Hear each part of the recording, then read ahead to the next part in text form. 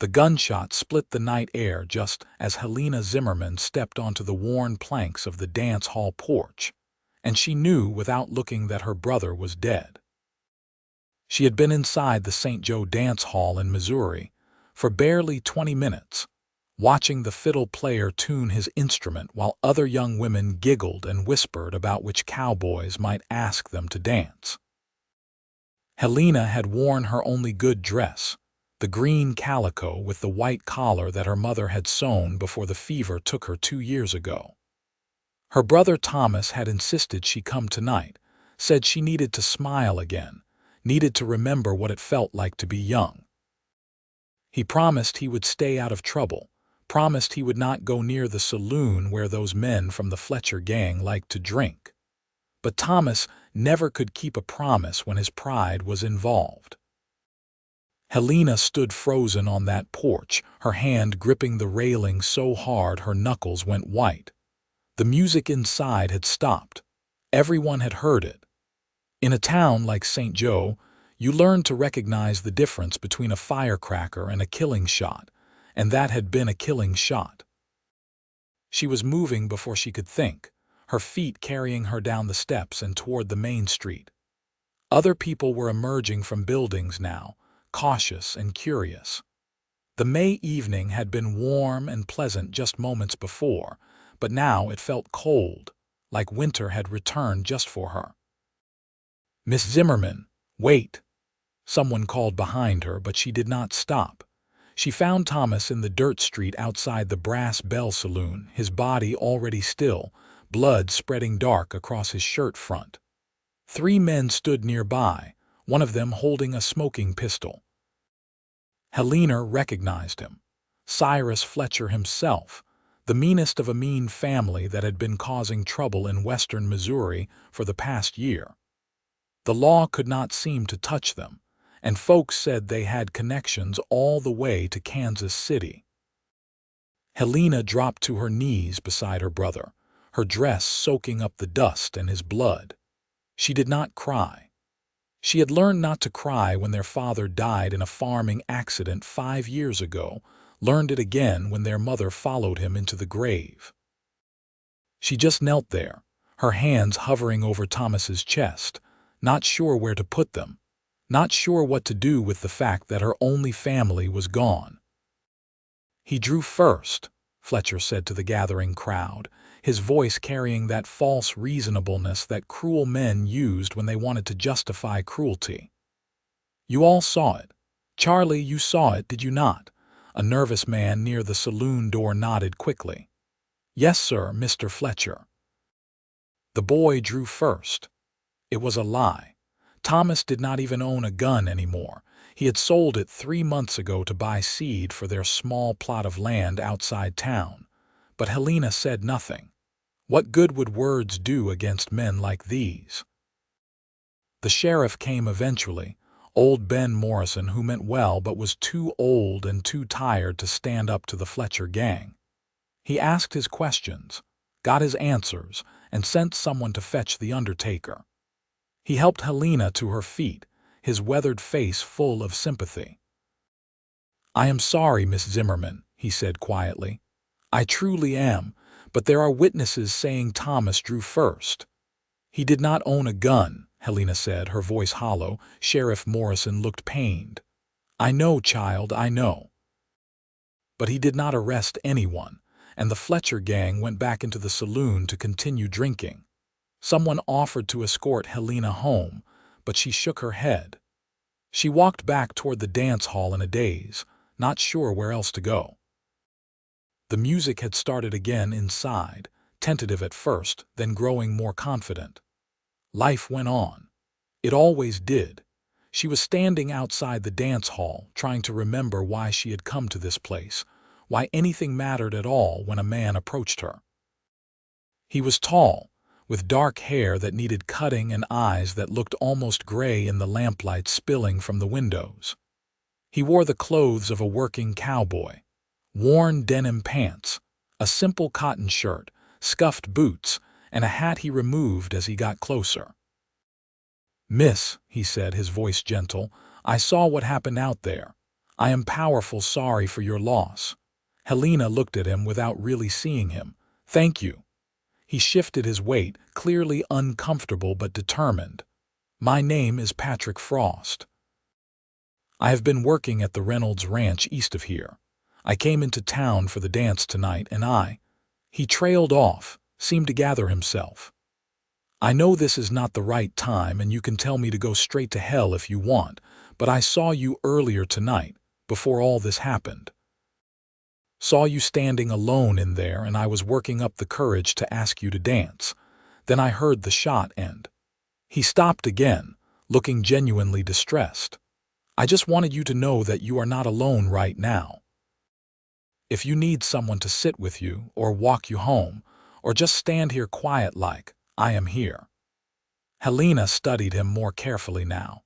He looked to be in his middle 20s, maybe 3 or 4 years older than her own 21 years.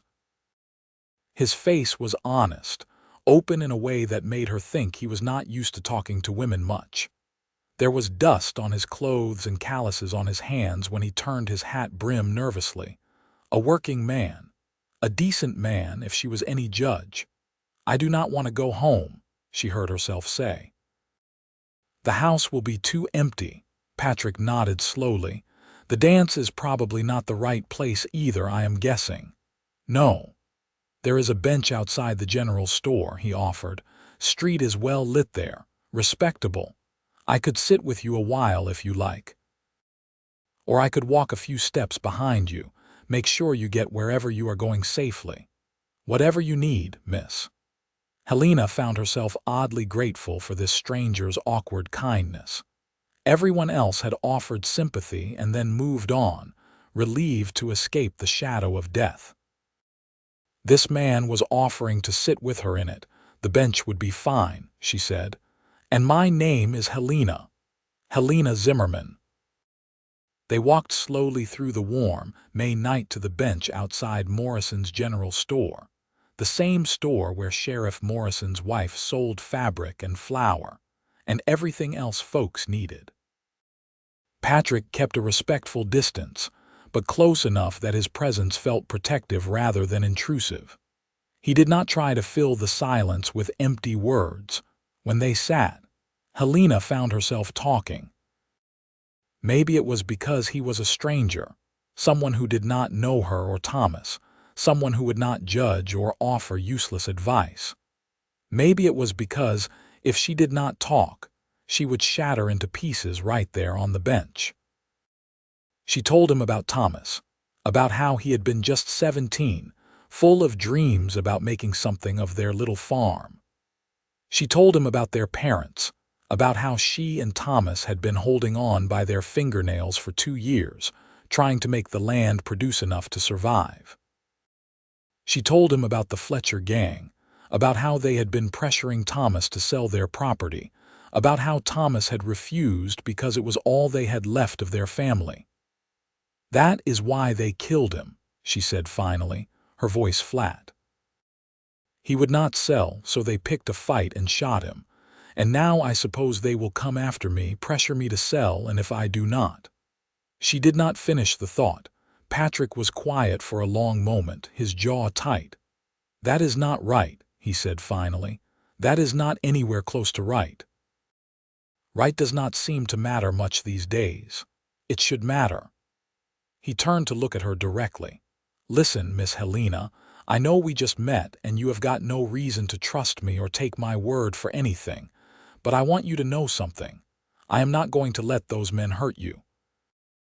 I do not know how yet, and I do not know what I can do, but I am not going to let it happen."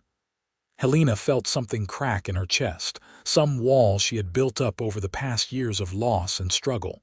"Why?" she whispered. "Why would you help me? You do not know me." Patrick looked down at his hat, turning it slowly in his hands. "I saw you tonight, before everything went wrong.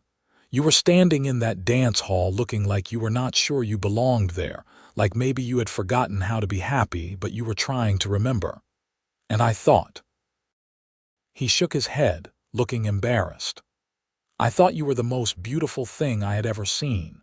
Not just pretty, though you are surely that, but there was something about you that made me think if I did not talk to you tonight, I would regret it for the rest of my life." He looked up at her again, his gray eyes serious.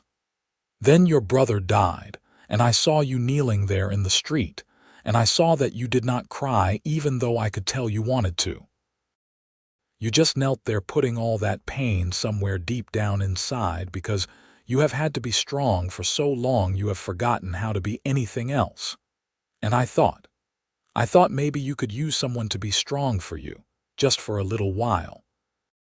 Helena felt tears burning in her eyes for the first time since the gunshot. "I do not cry," she said, almost angrily. "Crying does not fix anything." "No," Patrick agreed, "but it is not supposed to fix things. It is just supposed to let the hurt out so it does not poison you from the inside." The tears came then, silent and hot, streaming down her face while she sat rigid on that bench. Patrick did not try to touch her or comfort her with platitudes. He just sat beside her, solid and present, and somehow that made it safe enough to cry. When the tears finally stopped, Helena felt hollowed out but somehow lighter. She dried her face with her hands, not having thought to bring a handkerchief. Patrick pulled a somewhat clean bandana from his pocket and offered it to her. "It is not fancy, but it is clean. Washed it yesterday." She took it with a small, watery smile. "Thank you for the handkerchief and for sitting with me." "Where are you staying tonight?" he asked. "Is there someone you can be with?" Helena shook her head. "The farm is 3 miles out of town. I usually stay there alone." Thomas had been staying in town lately, working odd jobs to earn extra money.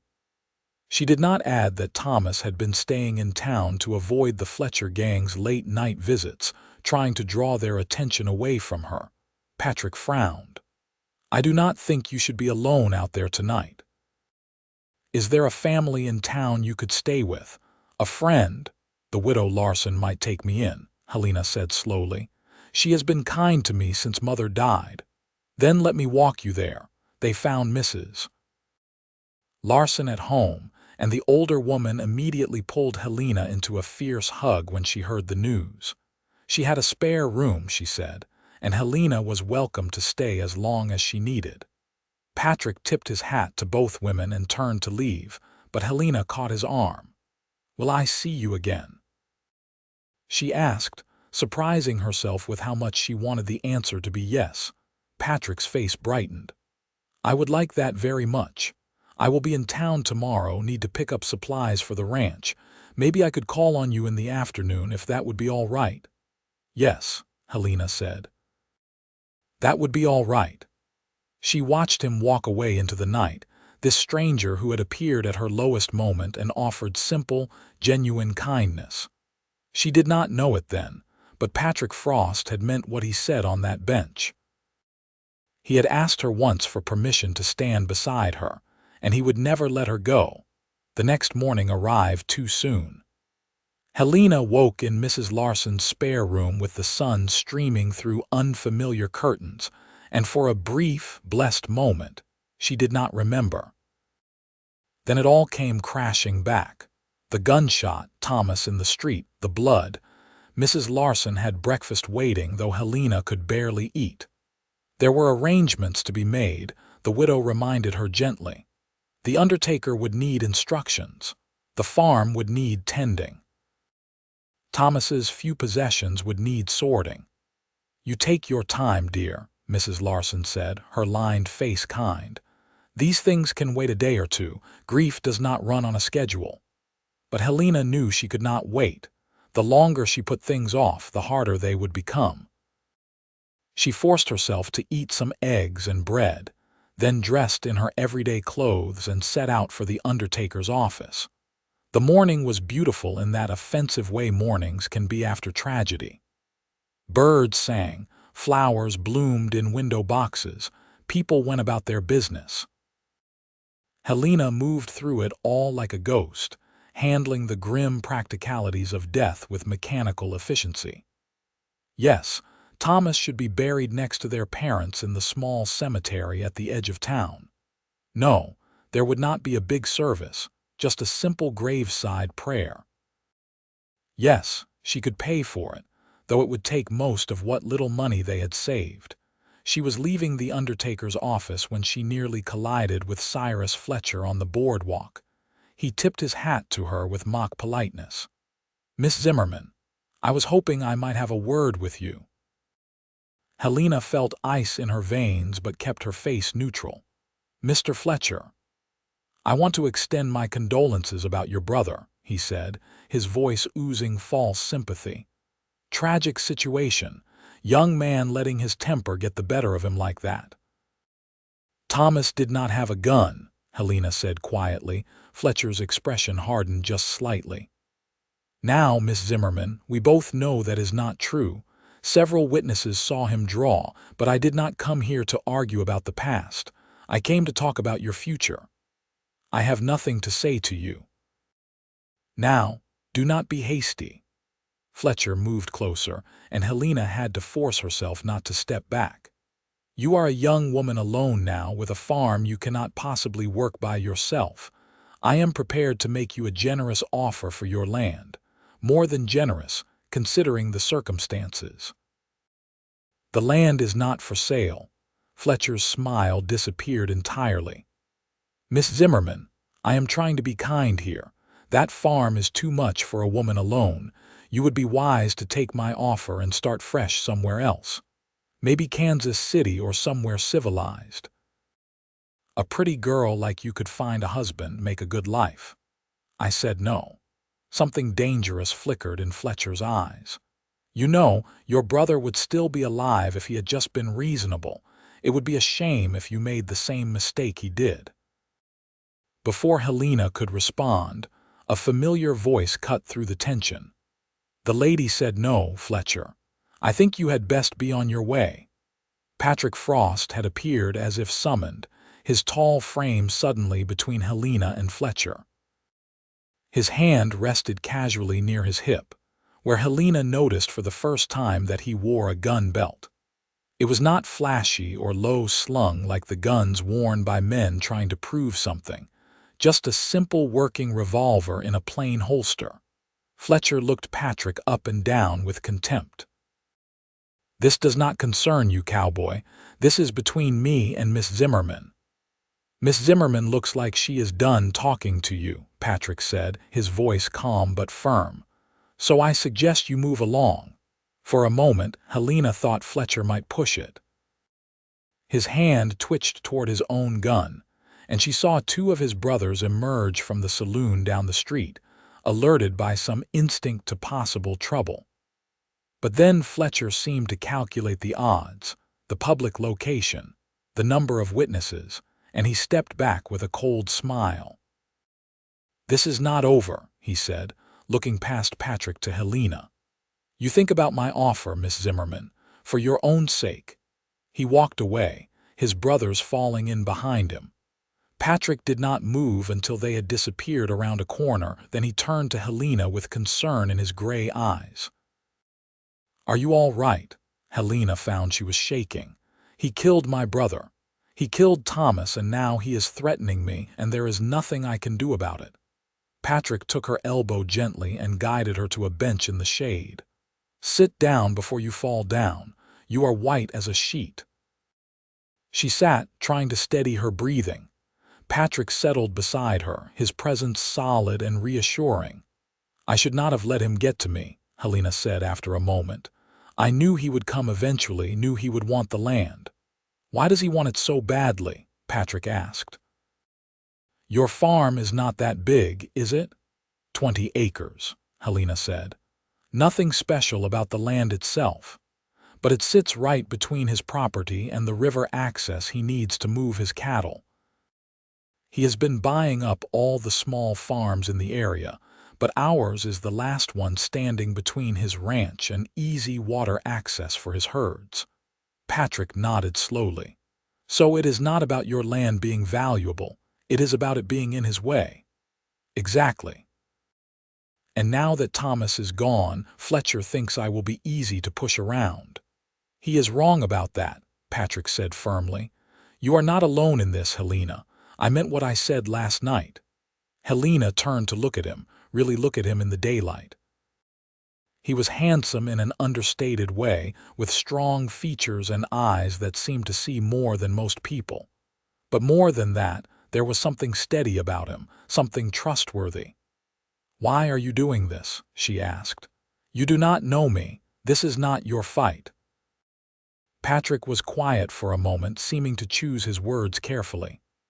"Last night when I saw you at the dance hall, something just clicked into place for me. I know that sounds foolish. I know we only just met. But I looked at you and thought, there she is. The person I have been waiting to find." He looked almost embarrassed by his own honesty. "I am not a fancy man, Helena. I am just a cowboy who is good with horses and not much else. But I am honest and I work hard and I know what I want when I see it. And what I want is a chance to know you, to stand beside you, to help you through this trouble and see where things go from there." Helena felt something warm unfold in her chest, something she had not felt in a very long time. Hope, maybe, or the beginning of something deeper. "You are either very brave or very foolish," she said softly. Patrick smiled and it transformed his whole face. "My ma always said I was a bit of both."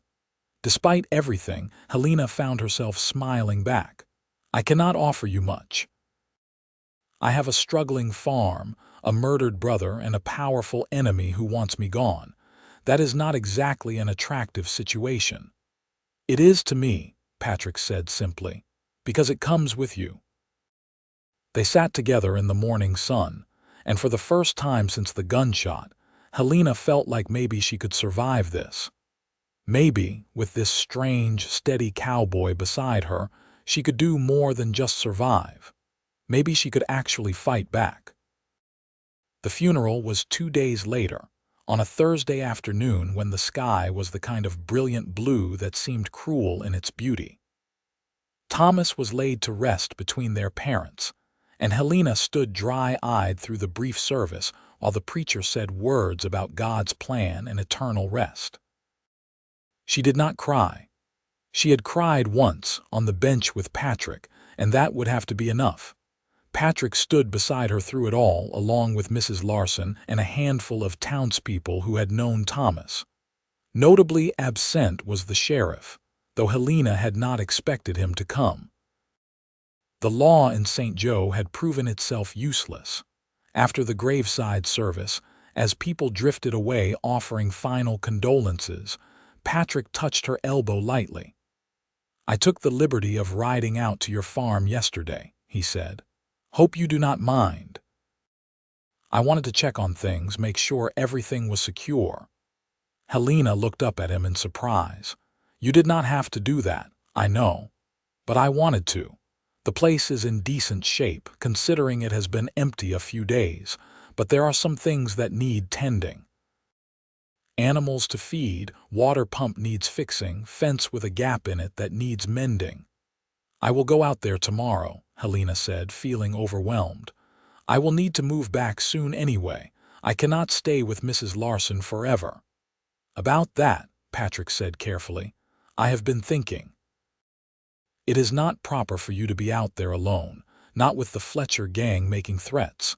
And before you get your back up about charity or propriety, hear me out." He took a breath, clearly nervous. "What if I moved my things out to your barn? I could sleep in the loft, keep my gear there. That way you would have someone on the property in case of trouble, but it would all be proper and above board. Mrs. Larson could come visit any time, act as a chaperone, and I could help with the heavy work around the farm, the things that would be hard for you to do alone." Helena frowned. "Patrick, you have a job at the Reynolds Ranch. I cannot ask you to give that up." "You are not asking, I am offering, and I already talked to Mr. Reynolds. He understands the situation and said I could work his ranch part-time, maybe 3 days a week, and spend the rest of my time on your place. The pay will not be as good, but I have some money saved. I will manage." "I cannot pay you," Helena said quietly. "I can barely pay for the funeral." "I am not asking for pay. I am asking for a chance to court you proper and to keep you safe while I do it." Helena felt her throat tighten. "You barely know me." "Then let me get to know you," Patrick said simply. "Let me help you save your farm and keep you safe from Fletcher. Let me prove that I am serious about this, about you. If after a few months you decide I am not what you want, I will tip my hat and walk away. But give me the chance, Helena. Please." She looked into his earnest gray eyes and made a decision that terrified and thrilled her in equal measure. "All right, you can stay in the barn, but we do this properly like you said. No talk in town, no scandal."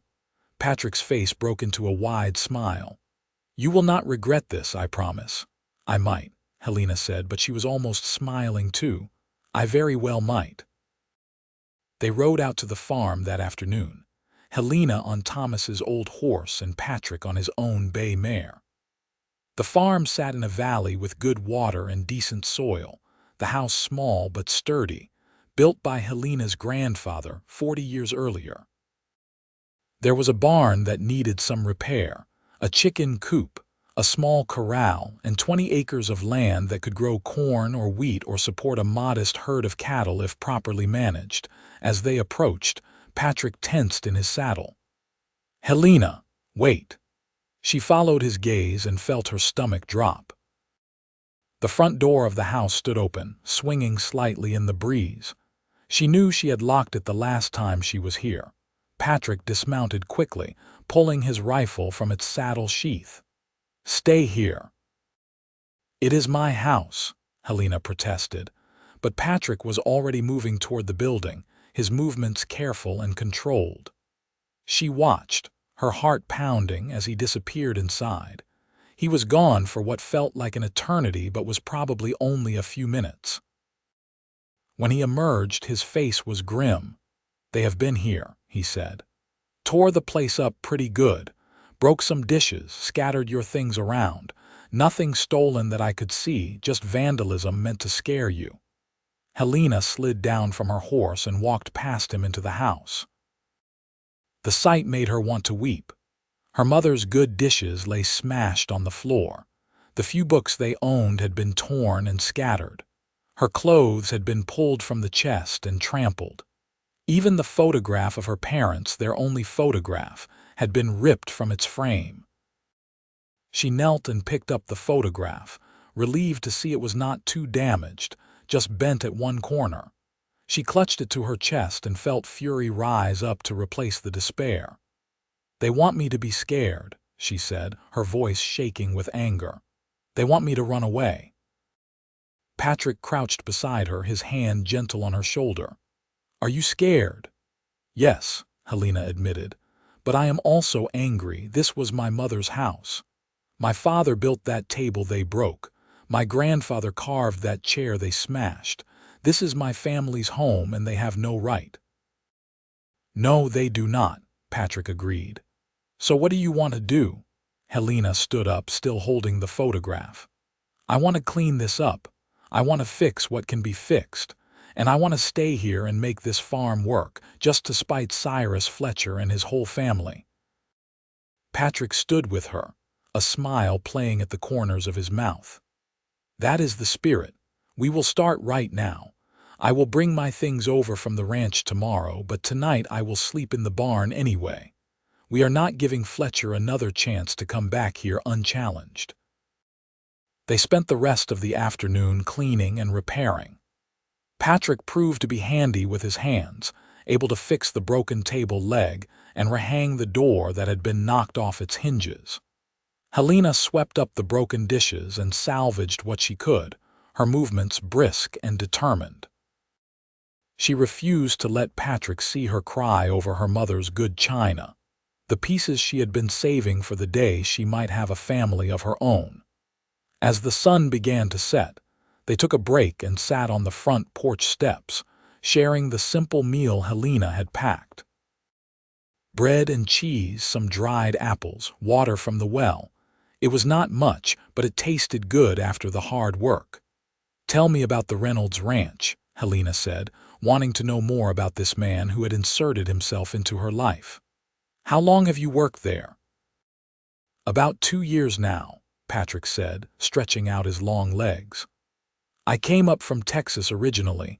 My family had a small ranch down near San Antonio.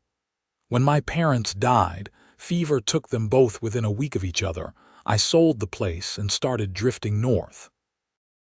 Worked a few different ranches, learned everything I could about horses and cattle, ended up in Missouri and liked it well enough to stay. Do you have any other family? Patrick shook his head. Had a sister once, but she died young. Scarlet fever. It was just me and my folks for a long time, and now it is just me. He looked at her. Until maybe now. Helena felt her face warm. You are very forward, Patrick Frost. I know what I want, he said simply. And I figure at our age there is no point in playing games or being coy. You have been through hell, and you do not need me dancing around my intentions. So I am going to be straight with you always. I saw you at that dance hall and felt something shift in my chest. Then I sat with you and heard you talk, saw your strength and your stubbornness and your hurt, and I knew. I just knew. Knew what? That I wanted to spend my life with you if you would let me. Helena set down her bread, her appetite gone. Patrick, that is, we have known each other 3 days. I know how it sounds, he said, not backing down, but I also know my own heart. I am 25 years old, Helena. I have met a lot of people, known a lot of women, never felt anything like what I felt when I saw you, and I am not saying we need to rush into anything. I am just saying that my intention is to court you proper, and if you will have me after you get to know me better, I want to marry you. I want to help you build this farm into something good. I want to give you the family and the life that you deserve. Helena looked at him, this earnest cowboy with his gray eyes and his honest face, and felt something enormous and terrifying bloom in her chest. It was too fast, too much, too soon after losing Thomas. But it was also real and true and exactly what she needed. All right, she said softly. Court me then. But properly, like you said. I'm not making any promises yet, Patrick Frost. You might get tired of me. I am stubborn and difficult, and I have a temper. Patrick grinned. I am counting on it. That night, Patrick made a bed in the barn loft while Helena locked herself in the house. She lay awake for a long time, listening to the night sounds and thinking about everything that had changed in just 3 days. She had lost her brother, been threatened by a murderer, and met a man who claimed he wanted to spend his life with her. It was too much to process, too much to feel. But as she finally drifted towards sleep, she found herself grateful that Patrick was out in the barn, standing watch. For the first time since her parents died, she did not feel alone. The next few weeks fell into a rhythm. Patrick moved his belongings to the barn and split his time between the Reynolds ranch and Helena's farm. On the days he worked for Reynolds, he would leave at dawn and return by evening. On his days at Helena's place, he worked from sunup to sundown repairing fences, tending the small herd of cattle and chickens that Helena owned, fixing the dozen things that had fallen into disrepair since Thomas stopped being able to help. Helena worked beside him, proving herself to be as capable as any man when it came to farm work. She could handle a plow, mend a fence, and doctor a sick cow. Patrick found himself constantly impressed by her competence and strength, even as he worried about her pushing herself too hard. They talked while they worked, learning each other in bits and pieces. Helena told him about growing up on the farm, about her mother teaching her to read from the Bible and her father teaching her to ride. She told him about Thomas's dreams of going to California someday, seeing the ocean. Patrick listened and stored away every detail, building a picture of the woman she was and the girl she had been. He told her about Texas, about breaking horses with his father and learning to rope from old Mexican vaqueros who worked their ranch. He told her about his mother, who had been a school teacher before she married, and how she had made sure Patrick could read and write and do his figures. He told her about the loneliness of the last few years, drifting from place to place, never quite feeling like he belonged anywhere. Until now, he added one evening as they sat on the porch after a long day of work, I feel like I belong here. Helena looked at him, her expression softening. You have done so much for me, Patrick. I do not know how I would have managed these weeks without you.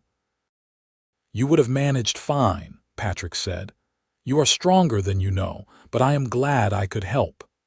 They sat in comfortable silence as the sun set, painting the sky in shades of orange and pink.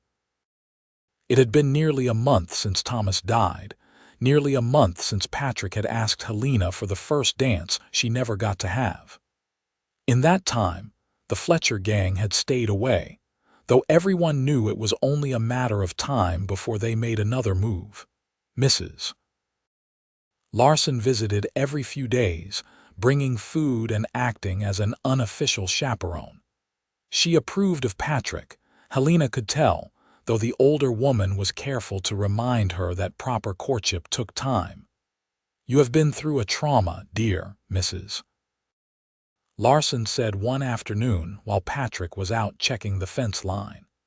It would be easy to mistake gratitude for something deeper. Make sure you know your own heart before you make any promises. Helena understood the wisdom in those words, but she also knew that what she felt for Patrick had grown beyond simple gratitude.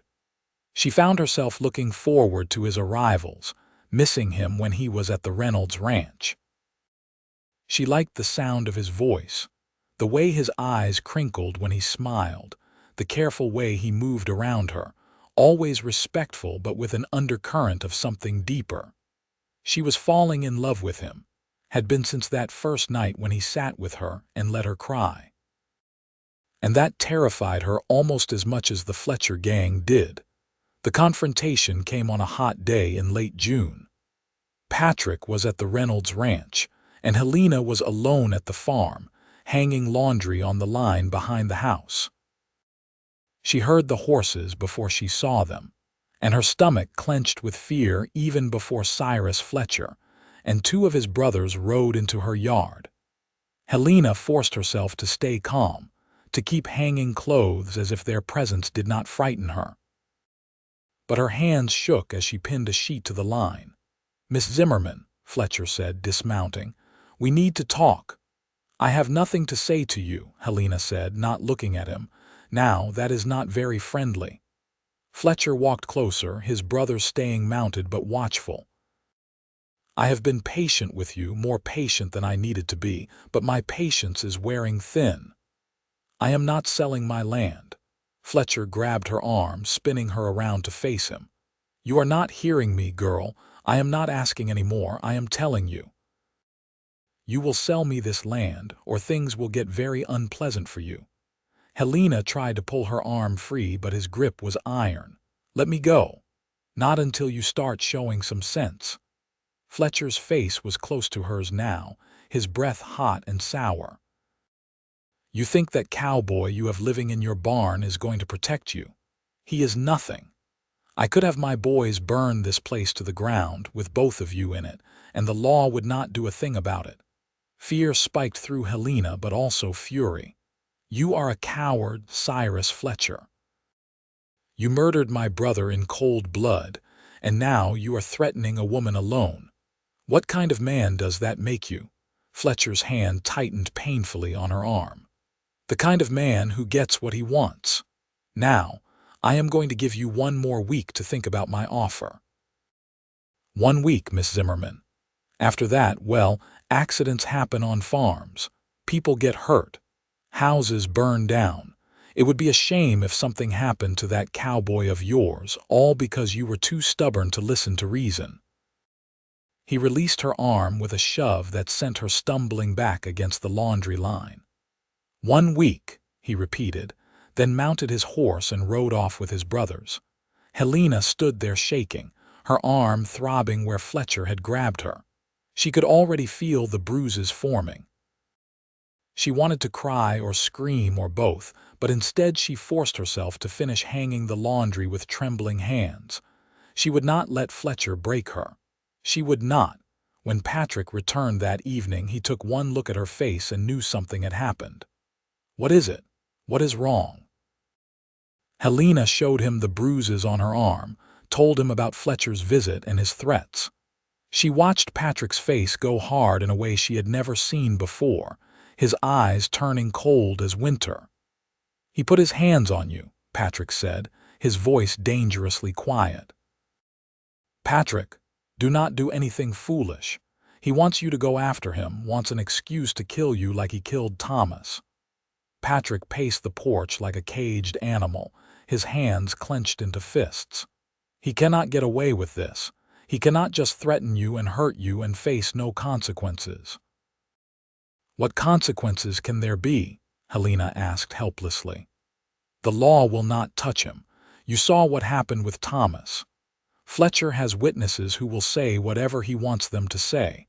If you go after him, you will end up dead, and then where will I be?" Patrick stopped pacing and looked at her, really looked at her, and she saw him force himself to calm down. "You are right. I am sorry. When I think about him putting his hands on you." "I know." Helena went to him, placed her hand on his arm. "But I need you alive, Patrick. I need you here with me. Promise me you will not go after him alone."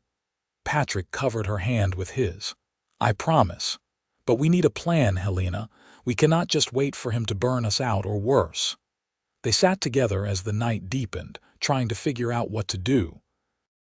The truth was stark and terrible. They were two people alone against a gang with money, power, and no conscience. The law would not help them. The townspeople were too frightened of Fletcher to stand up to him. They were on their own. "Maybe I should sell," Helena said finally, the words bitter in her mouth. "Maybe it is not worth risking your life over a piece of land." "No," Patrick said firmly. "This is your home. Your family's legacy. Fletcher does not get to steal it from you through threats and violence. There has to be another way." "What way?" Patrick was quiet for a long time, thinking. "What if we got married?" he said finally. Helena's heart skipped. "What? Listen to me." Patrick turned to face her, taking both her hands in his. "I know this is not the romantic proposal you deserve. But if we got married, you would not be a woman alone anymore. You would have a husband, someone with a legal claim to help protect this land. And more than that, Fletcher would have to think twice about hurting a married couple. It is one thing to intimidate a lone woman, but a man defending his wife, his home, that is different in the eyes of the law, even out here." Helena's mind raced. "Patrick, you cannot marry me just to protect me. That is not. Marriage should be about more than that." "It would be about more than that," Patrick said urgently. "Helena, I have been trying to court you proper, give you time to know your own feelings. But the truth is I knew from that first night that I wanted to marry you. I know you are still grieving Thomas. I know we have not known each other long. But I love you. I am in love with you. And if you will have me, I promise I will spend the rest of my life making you happy and keeping you safe." Helena looked into his gray eyes and saw only truth there, only love and determination and hope. Her heart was pounding so hard she thought it might break through her chest. "Patrick, this is happening so fast. I know. And if you need more time, I will give it to you. But Fletcher gave us 1 week, and I am afraid of what happens when that week is up. As my wife, you would have more protection, at least in the eyes of the law. And I swear to you, Helena, I will be a good husband. I will work hard for us. I will be faithful. I will never raise my hand to you. I will love you for all my days." Helena felt tears building again, but these were different from the tears she had cried before. These were tears of something that felt dangerously like joy. "I do not deserve you," she whispered. "Yes, you do," Patrick said fiercely. "You deserve everything good in this world. You deserve to be happy and safe and loved. Let me give you that. Let me be your husband, Helena. Please." She thought about the last month, about how Patrick had shown up at her darkest moment and refused to leave, how he had been steady and kind and true to his word, how he had made her laugh even in the midst of grief, how his presence had made the farm feel less like a burden and more like a home again, how she had started to imagine a future that included him, a future with children and love and the life her parents had once had. She thought about how it felt when he smiled at her, how her chest tightened when he was away, how safe she felt when he was near. Was that love? She thought it might be, or at least the beginning of it, the seed of something that could grow into love if given the chance. "Yes," she said finally. "Yes, I will marry you." Patrick's face broke into a brilliant smile, and before Helena could say anything else, he pulled her into his arms and kissed her.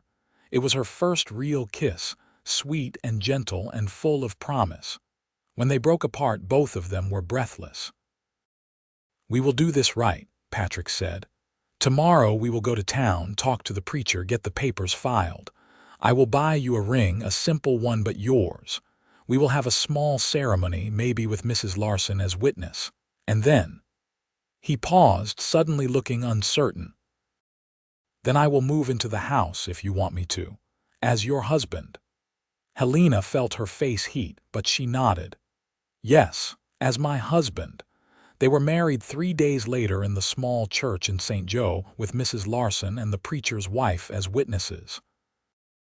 Helena wore her green calico dress, the same one she had worn to the dance where she first saw Patrick. He wore his best clothes, which were still working clothes but clean and pressed, and he had gotten a haircut that made him look almost respectable. The ceremony was simple and brief. Patrick placed a small gold band on Helena's finger, one he had bought with most of his savings. They spoke their vows in steady voices, promising to love and honor each other all their days. When the preacher pronounced them man and wife, Patrick kissed her gently, and Helena felt something shift inside her, some final wall falling away. She was married. She had a husband. She was not alone anymore. They had a small celebration at Mrs. Larson's house, just cake and coffee with the widow and a few other townspeople who had been kind to Helena over the years. Then, as evening fell, Patrick and Helena rode back to the farm together, husband and wife. Helena felt nervous as they approached the house, suddenly aware of what this night would mean. Patrick must have sensed her tension because he reached over and took her hand as they dismounted. "We do not have to rush anything," he said quietly. "I meant what I said about being patient. We have the rest of our lives, Helena." She looked at him, this good man who had become her husband, and felt a surge of affection and gratitude. "I know, but Patrick, I mean we are married now, and I—" She trailed off, not sure how to say what she meant. Patrick smiled gently. "Let us just take things slow. We will figure it out together, all right?" That night, Patrick moved his belongings from the barn into the house. They navigated the awkwardness of newlyweds who barely knew each other, figuring out where things should go, how to share the space.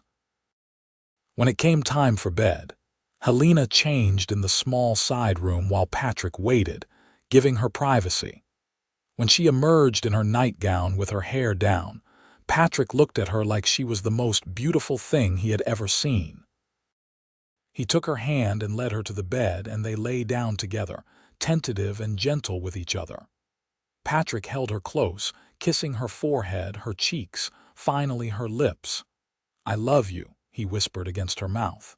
"I am going to spend every day proving that to you." What happened next was tender and careful, Patrick letting Helena set the pace, both of them learning each other in the darkness. It was not perfect, too new and uncertain for that, but it was sweet and full of promise. Afterward, Helena lay in her husband's arms, feeling safe and cherished in a way she had not felt since her parents died. "No regrets?" Patrick asked softly. "No regrets," Helena confirmed. "You, not a single one." They fell asleep tangled together, and for the first time in months, Helena did not dream of gunshots and death. She dreamed of the future, of the farm thriving, of children playing in the yard, of growing old beside the man who held her. The next morning they woke early and went about the farm work together, but everything felt different now. Patrick was no longer the hired hand sleeping in the barn. He was her husband, her partner in every sense of the word. They moved around each other with growing ease, learning the rhythm of their new life together. It was mid-morning when the Fletcher gang arrived. Helena saw them coming up the road and felt her stomach drop. There were 5 of them this time, Cyrus and his 2 brothers, plus 2 other men Helena recognized as members of their gang. They were armed and clearly spoiling for trouble. Patrick was in the barn when they rode up. Helena, who had been in the garden, stood and brushed off her hands, forcing herself to stay calm. She saw Patrick emerge from the barn, his hand near his gun. "Miss Zimmerman," Fletcher called out, then noticed the ring on her finger and Patrick standing protectively nearby. His face darkened. "Or I suppose it is Mrs. now, is it?" "Mrs. Frost," Helena confirmed, moving to stand beside her husband. "And you are trespassing on our land, Mr. Fletcher." Fletcher's smile was cold and cruel. "You think getting married changes anything? You think this cowboy can protect you from me?" "I think you need to leave," Patrick said, his voice steady despite the odds. "My wife made it clear she is not selling. Now you are on our property making threats. That gives me the right to defend what is mine." "What is yours?" Fletcher repeated mockingly. "Boy, you do not know who you are dealing with. I could have you killed before sunset." "Maybe," Patrick agreed, "but not without consequences. See, I took the liberty of visiting a lawyer in Kansas City last week. Drew up papers leaving this farm to my wife's cousin in Illinois in the event of our deaths. Also sent a letter to the United States Marshal's office detailing your threats and the suspicious death of Thomas Zimmerman. So if anything happens to us, Fletcher, you will have federal marshals crawling all over this county asking questions. That the kind of attention you want? It was a bluff, at least partially." Patrick had visited a lawyer, but the rest was improvisation, a desperate gamble to make Fletcher think twice. Helena held her breath, watching Fletcher's face as he calculated. For a long moment, it could have gone either way. Fletcher's hand hovered near his gun, and his men waited tensely for his signal. Helena could see the rage in Fletcher's eyes, the desire to just kill them both and be done with it. But then Fletcher seemed to come to some decision. He smiled, but it did not reach his eyes. "You are clever, cowboy. I will give you that, but clever will only keep you alive so long. You and your bride want to stay on this land, fine, but do not think this is over. I am a patient man, and sooner or later you will make a mistake. And when you do, I will be there." He wheeled his horse around, his men following. But before he rode away, he looked back at Helena. "Your brother thought he was clever too, Mrs. Frost. Look where it got him." They rode off in a cloud of dust, leaving Patrick and Helena standing in their yard, shaking with relief and residual fear. "Did you really do all that?" Helena asked quietly. "The lawyer, the letters, some of it," Patrick admitted. "I did see a lawyer and draw up a will, but the letter to the marshals was pure fiction, though maybe we should actually send one now just to cover ourselves." Helena turned to him, seeing the man she had married in a new light. "You risked your life with that bluff." "Our life," Patrick corrected. "We are in this together now, remember? For better or worse, richer or poorer, until death parts us. That is what we promised." Helena threw her arms around him, holding tight. "I love you," she said, the words coming out before she could think about them. "I love you, Patrick Frost." She felt him smile against her hair. "Say it again. I love you. Again. I love you, you stubborn, reckless, wonderful man." Patrick pulled back just enough to kiss her, deep and thorough and full of joy. When they finally broke apart, both were smiling. We should probably actually send that letter to the marshals, Helena said practically. Just in case. Probably, Patrick agreed. But first, I think we should celebrate the fact that we are still alive and that my wife just told me she loves me. Helena laughed, feeling lighter than she had in months.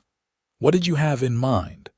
Patrick swept her up in his arms, carrying her toward the house despite her laughing protests.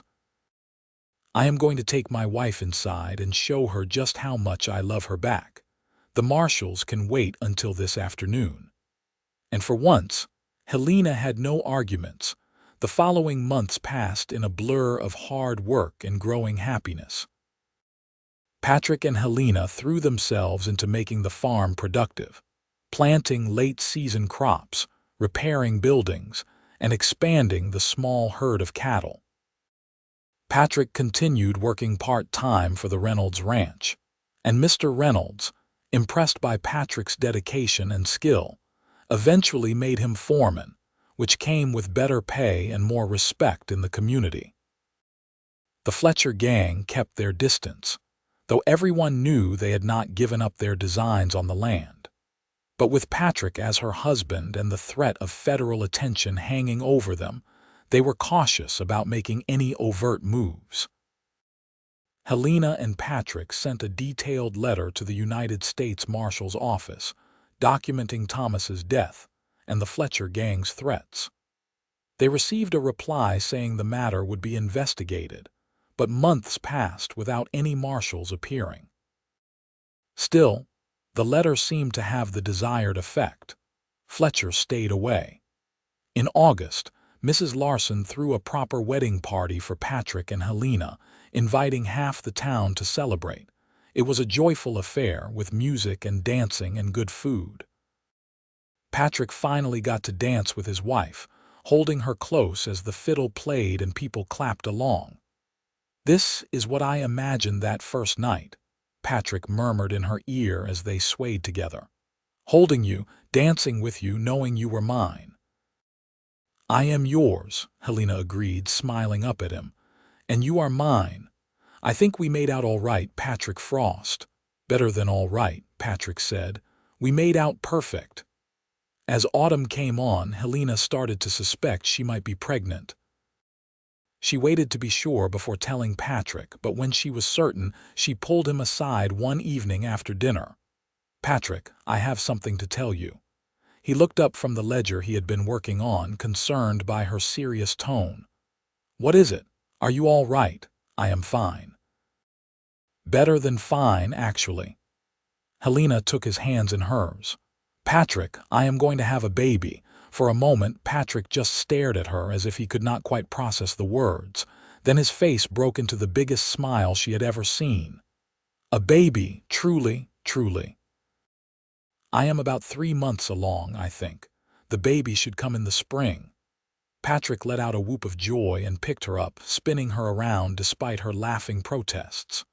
"We are going to be parents. Helena, we are going to have a baby." He set her down carefully, suddenly worried. "Are you sure you are all right?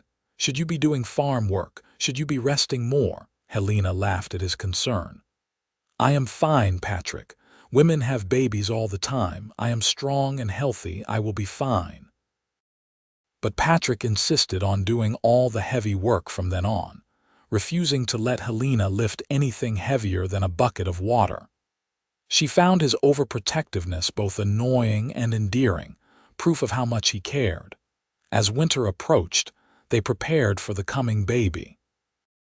Patrick built a cradle from oak wood, carving it carefully in the evenings while Helena sewed tiny clothes from scraps of fabric. They talked about names, about their hopes and dreams for their child, about the future they were building together. "Boy or girl, it does not matter," Patrick said one evening as they sat by the fire, his hand resting on Helena's growing belly. "As long as the baby is healthy and you are safe, that is all I care about." "I think it is a boy," Helena said, covering his hand with hers.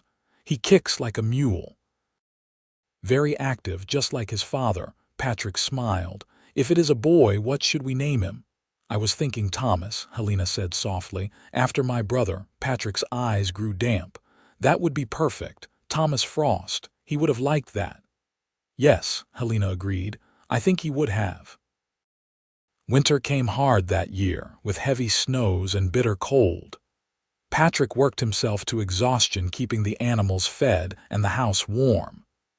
Helena, restricted by her growing belly, did what she could inside, cooking and sewing and keeping their home comfortable. Despite the hardships, they were happy. In the evenings, they would sit together by the fire, Patrick reading aloud while Helena knitted or mended. They talked about everything and nothing, learning each other's stories, building the foundation of a life together.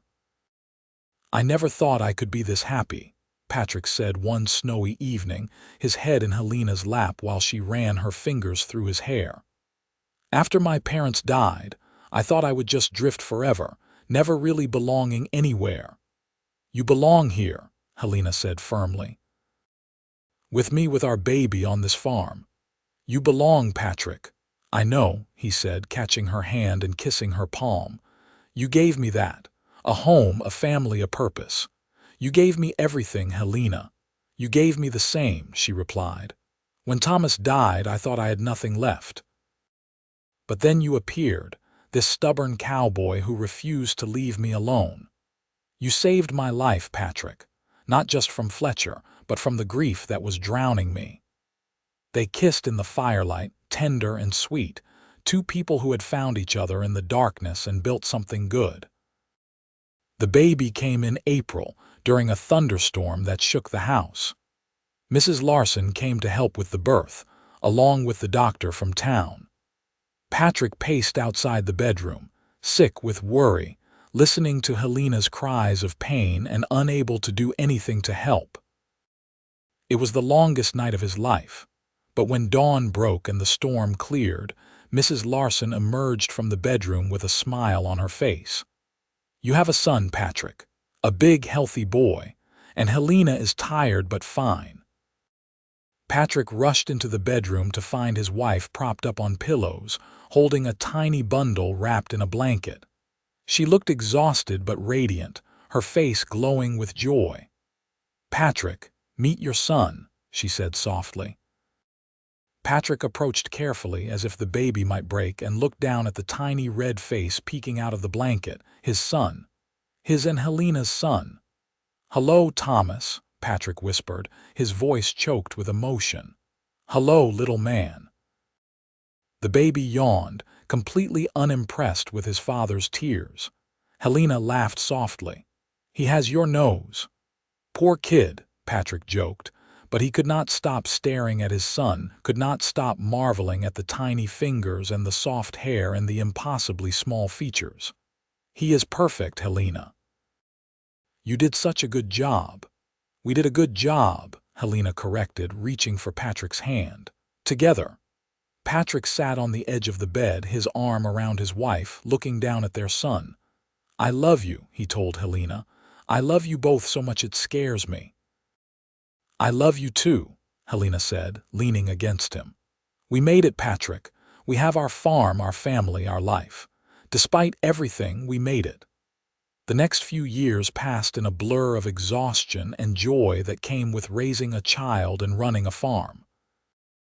Thomas was a happy baby who grew into an energetic toddler, constantly getting into mischief and keeping his parents on their toes.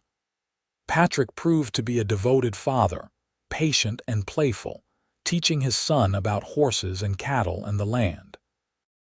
Helena thrived in motherhood, though she continued to work the farm alongside Patrick. They were a team in every sense, partners who shared the work and the worry and the joy of their life together. The Fletcher gang remained a shadow in the background of their lives, but without the ability to act openly against them, they eventually turned their attention elsewhere. Cyrus Fletcher moved most of his operations to Kansas, leaving his brothers to run the Missouri ranch. Without Cyrus's particular brand of viciousness driving them, the remaining Fletchers were more manageable, and they eventually left Patrick and Helena alone. In 1879, when Thomas was 3 years old, Helena gave birth to a daughter they named Rose, after Patrick's mother. She had Helena's dark hair and Patrick's gray eyes, and Patrick joked that he was doomed to spend his life protecting his beautiful daughter from all the cowboys who would inevitably come calling. Their farm prospered. Patrick's work as foreman at the Reynolds Ranch brought in steady money, which they invested back into their own land. They expanded their herd, built a new barn, added rooms to the house for their growing family. Helena started a vegetable garden that became renowned in St. Joe, and she sold her surplus produce at the town market for extra income. By 1882, they had added another son to their family, a quiet boy they named William after Patrick's father. With 3 children, the house that had once seemed too empty was now full of noise and laughter and life. Patrick and Helena fell more deeply in love with each passing year. The passion of their early days mellowed into something deeper and more enduring, a partnership built on respect and trust and genuine affection. They had weathered storms together, literal and figurative, and emerged stronger for it. On their 5th anniversary, Patrick took Helena into town for dinner at the hotel restaurant, a rare luxury. Mrs. Larson watched the children, and for one evening, Patrick and Helena were just a man and woman in love, not parents or farmers or anything else. 5 years, Helena marveled, looking at her husband across the table. It feels like longer and shorter all at once. I know what you mean, Patrick said, reaching for her hand. Sometimes it feels like you have always been in my life.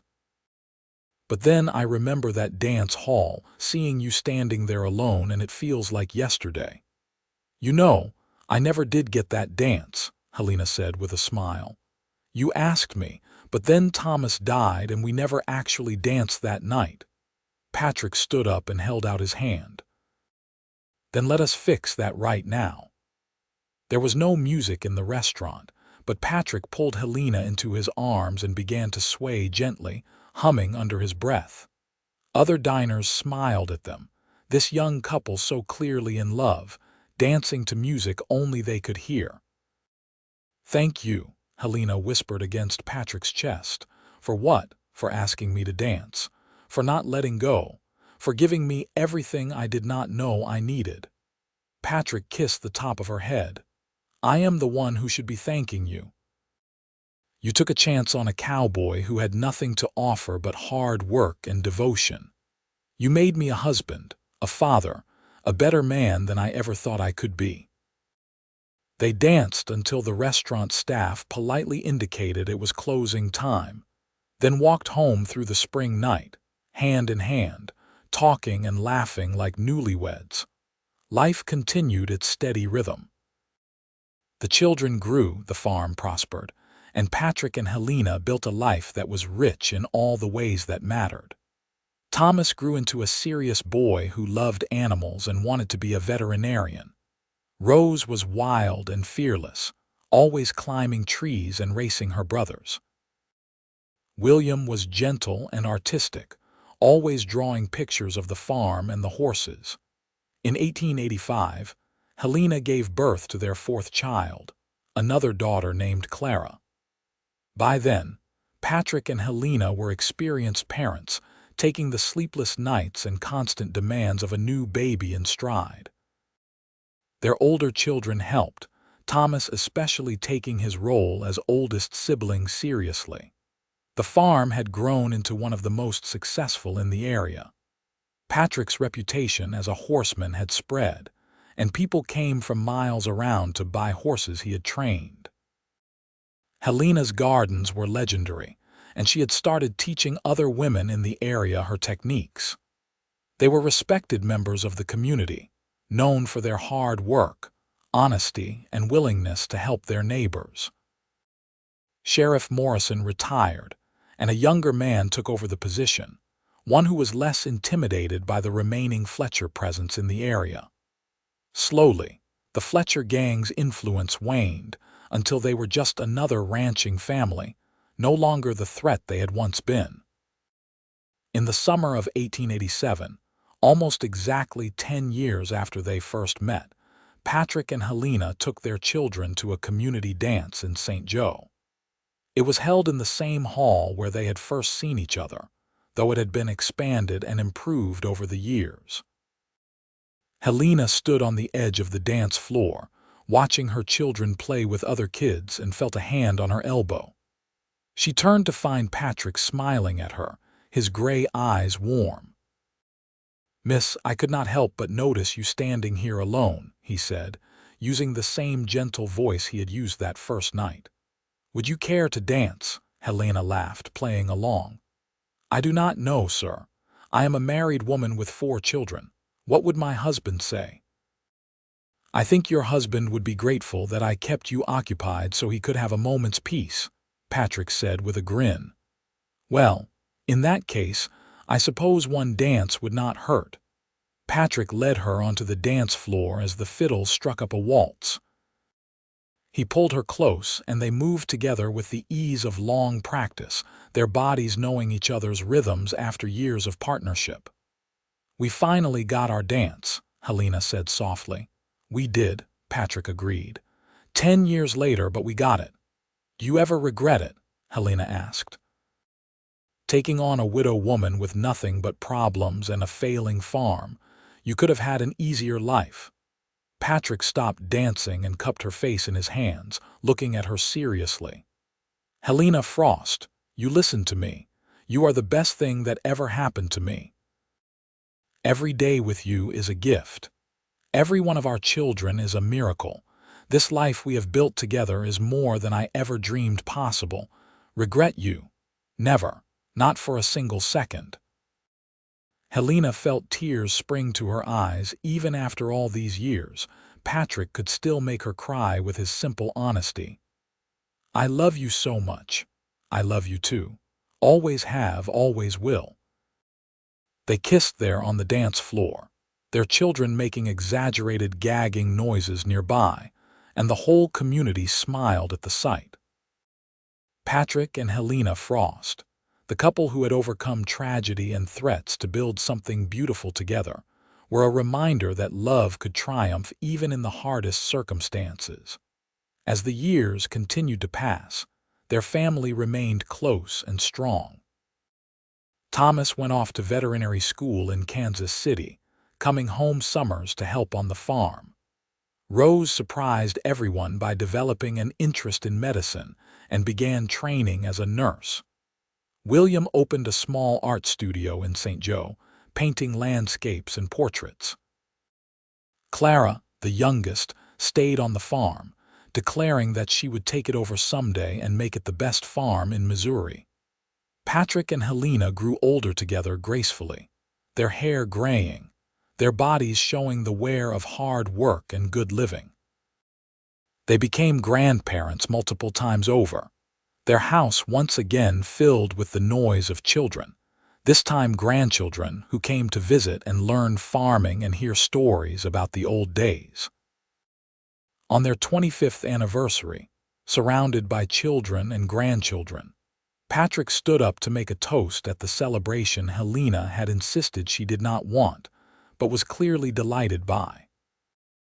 "25 years ago," Patrick said, his voice still strong despite his 50 years, "I walked into a dance hall in St. Joe and saw the woman who would change my life. I was just a cowboy with nothing to offer, but I worked up the courage to approach her to ask her for a dance. Life had other plans that night, tragic plans, but I made her a promise. I asked her once and I never let her go." He looked at Helena, his eyes full of love and pride. "And I never have. Not for a single day. Helena, you have given me everything. A home, a family, a purpose, a life worth living. You are my partner, my best friend, the love of my life. Here is to 25 more years if God is willing." Everyone raised their glasses, but Helena stood up and went to her husband, taking his face in her hands. "You say I gave you everything, but Patrick, you saved me. You appeared when I had nothing and nowhere to turn, and you stood beside me. You fought for me, worked for me, loved me even when I was not sure I could love anyone again. You are the best man I know, and I thank God every day that you saw me at that dance and decided to stay." They kissed, and their children and grandchildren cheered, little Clara making exaggerated gagging noises just like her siblings had done years before, making everyone laugh. The party continued late into the evening, with music and dancing and stories. Patrick danced with his wife, his daughters, and his granddaughters, his face lit with joy. Helena, watching him spin little Clara around the floor, felt her heart swell with happiness. This was what they had built together. Not just a farm or a family, but a legacy of love and hard work and dedication. They had taken tragedy and loss and transformed it into something beautiful and enduring. As the evening wound down and the guests began to leave, Patrick and Helena stood on their porch, watching the last wagons disappear down the road. The May evening was warm, just like it had been that night 25 years ago when their lives had changed forever. "Do you ever think about that night?" Helena asked, leaning against her husband. "About how different everything could have been?" "Sometimes," Patrick admitted. "If I had not gone to that dance, if I had not seen you, if I had not decided to approach you even after Thomas died. Our whole lives hung on those small decisions." "I think about what you said that night," Helena said. "You told me you saw me standing alone and thought if you did not talk to me, you would regret it for the rest of your life. It is true, I would have. I am glad you did not let fear stop you. I am glad you were brave enough to ask a grieving woman for a dance she could not give you." Patrick turned to face her, his hands resting on her waist. "I asked you once, and I never let you go. That is what I promised myself, and I have kept that promise." "Yes, you have," Helena agreed, smiling up at him. "You never let me go, and I never wanted you to." They stood together on that porch, watching the stars come out one by one, two people who had found each other in the darkness and built a life in the light. Their story had started with tragedy, but it had become something beautiful. Proof that love could survive and thrive even in the hardest circumstances. Years continued to pass, and Patrick and Helena grew old together, their love deepening with each season. They celebrated anniversaries and birthdays, welcomed more grandchildren and eventually great-grandchildren. The farm continued to prosper under Clara's management, and Thomas opened a veterinary practice in St. Joe, treating the animals his father had once cared for. In their later years, Patrick and Helena spent their evenings on the porch they had built together, watching the sun set over the land they had fought so hard to keep. They held hands and talked about the old days, about the children and grandchildren, about the life they had shared. "Do you know what I think about sometimes?" Patrick asked one evening when they were both well into their 60s. "I think about that bench outside the general store where we sat that first night. I think about how you told me you did not cry because crying did not fix anything." "I remember," Helena said softly. "I was so determined to be strong, so afraid that if I cried I would fall apart completely. And I told you that crying was not supposed to fix things, just let the hurt out. You did. And then you sat with me while I cried, and you did not try to make it better with words. You just sat there, solid and steady, and made it safe enough to fall apart a little." Patrick squeezed her hand. "That is what we have done for each other all these years, I think. Made it safe to fall apart when we needed to and then helped each other back up. That is what love is, Helena, not just the happy times but being there for the hard times too." "Yes," Helena agreed. "That is exactly what love is, and we have loved each other well, Patrick Frost. We have loved each other so very well." As the sun set over their farm, painting the sky in brilliant shades of gold and pink, Patrick and Helena sat together in comfortable silence, their hands intertwined, their hearts full. They had built something remarkable together, not through grand gestures or easy circumstances, but through daily choices to love each other, to stand together, to never let go. Their story had begun on a night of tragedy, with a cowboy who saw a woman standing alone and decided to ask her for a dance. He had asked once and never let her go, and in holding on, he had given her everything she needed to heal, to grow, to thrive. Together, they had built a life of love and purpose and joy, proving that even in the darkest times, hope and happiness were possible. And so Patrick and Helena Frost lived out their days surrounded by the family they had created and the land they had fought to keep. Two hearts that had found each other against all odds and refused to be parted. Their love story became legend in St. Joe, passed down through generations as proof that true love, when given the chance, could overcome anything. They lived to see their golden anniversary, surrounded by dozens of descendants who all carried the legacy of their love. And when Patrick finally passed quietly in his sleep at the age of 77, with Helena holding his hand, his last words were the same ones he had spoken so many times before. "I love you. I asked you once, and I never let you go." Helena followed him 6 months later, her heart simply unable to continue without its other half. She was buried beside him in the cemetery at the edge of St. Joe, not far from where Thomas rested. And on her gravestone, their children had carved the words that summed up their parents' love story. He asked her once and never let her go. She loved him forever and never wanted him to. The farm remained in the family for generations, a testament to what Patrick and Helena had built together. And on warm May evenings, when the light hit just right, people swore they could see two figures standing on the old porch, hand in hand, watching the sun set over the land they had loved. The cowboy who had asked for a dance and the woman who had said yes, together forever, their love eternal and unbreakable.